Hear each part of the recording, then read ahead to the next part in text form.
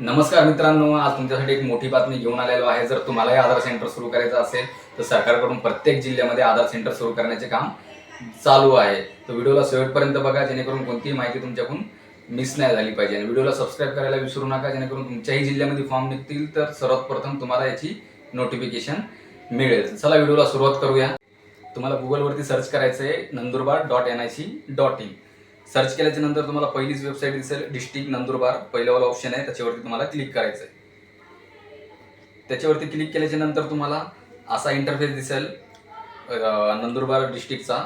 तर तुम्हाला खालती यायचं आहे। खालती आल्याच्या नंतर नंदुरबार जिल्ह्यातील 13 ठिकाणी आधार केंद्र नवीन देण्यासाठी जाहिरात, ते सेकंड नंबरलाच ऑप्शन आहे, त्याच्यावरती क्लिक करायचं आहे।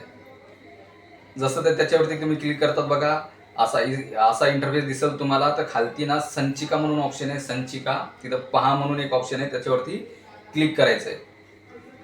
त्याच्यावरती क्लिक केल्याच्या नंतर तुमची अशी PDF ओपन होईल, आधार केंद्राकरिता जाहिरात आहे। याच्याबद्दल मी तुम्हाला थोडक्यात माहिती सांगतो। तर अर्ज कसा करायचा तुम्हाला आणि कधीपासून सुरू आहे आणि त्याची अंतिम तारीख काय आहे।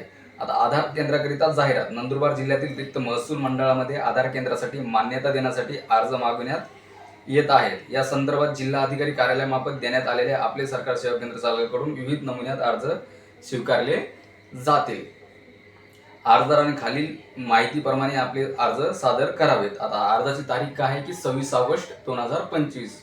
26 ऑगस्टला हे अर्ज चालू झालेत, म्हणजे कालच्या डेटमध्ये चालू झालेले आहेत। आपण व्हिडिओ आज रेकॉर्ड करतो। अंतिम तारीख काय दिली त्यांना की 4/9/2025। तर तुम्ही सप्टेंबर 4/9च्या पहिले अर्ज करून घ्या। त्याच्यानंतर खालती येऊया। आता आधार केंद्र देण्यासाठी रिक्त महसूल मंडळाची त्यांना यादी दिलेली आहे। तालुके किती, 13 तालुके दिले आहेत आणि तिथले मंडळ दिले आहेत। तर 13 तालुके आणि 13 मंडळ दिले आहेत, तर ह्या मंडळामध्ये तुम्ही अर्ज करू शकता। आधार केंद्र मागवण्यासाठी अर्जासोबत सादर करायचे कागदपत्र। आता कागदपत्र काय लागणार तुम्हाला, डॉक्युमेंट्स, विविध नमुना अर्ज, आधार कार्ड, पॅन कार्ड, तुमचं आधार NSIDचे सर्टिफिकेट, जे सुपरवायझर सर्टिफिकेट, ऑपरेटर सर्टिफिकेट जे पण असेल ते तुमचं सर्टिफिकेट लागणार आहे। शैक्षणिक पात्रता 12वी पास दिलेली आहे। त्याच्यानंतर महाऑनलाईन पोर्टल लॉग इन, तुमचं जो आपले सरकार सेवा केंद्र असेल महाऑनलाईनचं, त्याचं तुम्हाला ट्रान्झॅक्शन दाखवावं लागणार आहे।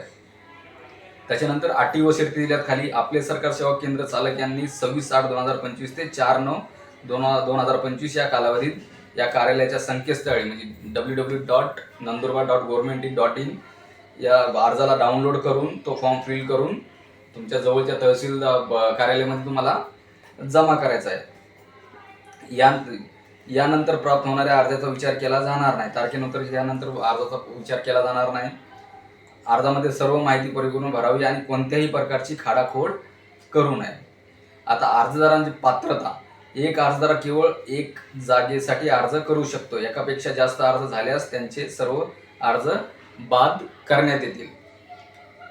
सेकंड वाला काय आहे, आधार किटसाठी अर्ज करणाऱ्या उमेदवारांनी आपले सरकार पोर्टलमधून नागरिक सेवा क्षेत्रात सर्वाधिक व्यवहार केलेले असावेत आणि त्यांच्याकडून किमान शैक्षणिक पात्रता म्हणून 12वी उत्तीर्ण असणे गरजेचे आहे। तुम्हाला 12वी पास असणे गरजेचं आहे।